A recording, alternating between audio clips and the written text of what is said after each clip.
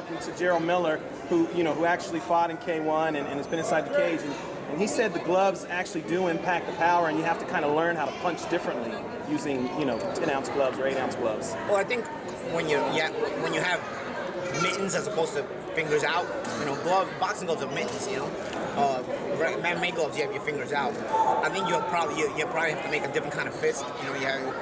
I think it's easier to make a fist with boxing gloves on, those mittens, because a lot of times it's just easier, they form to your fist, and you're able to make a better fist, ball up a better fist. I've seen scientific evidence that honestly the power is very, very different. It's not very different. It's very little to separate the power. It's just a matter of knowing how to deliver the blow.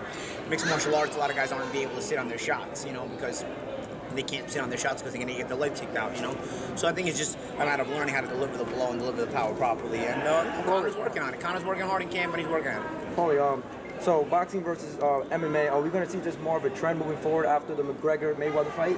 Or is this just a one-and-done deal business move?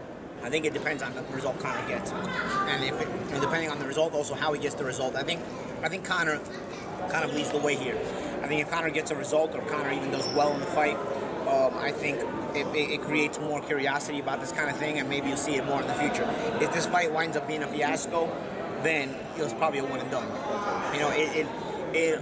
I think Conor kind of has the power to direct the future of these kind of matchups. But I think they're very interesting. I think the promotion and the hype, everything's been getting throughout this whole build-up shows that there's a ton of interest in this kind of a fight, and then there may be a ton of interest in this kind of fight in the future. But I think a decent result, even if Conor doesn't win, I think getting a decent result, a decent fight out of it, I think is very important if you're going to do this again.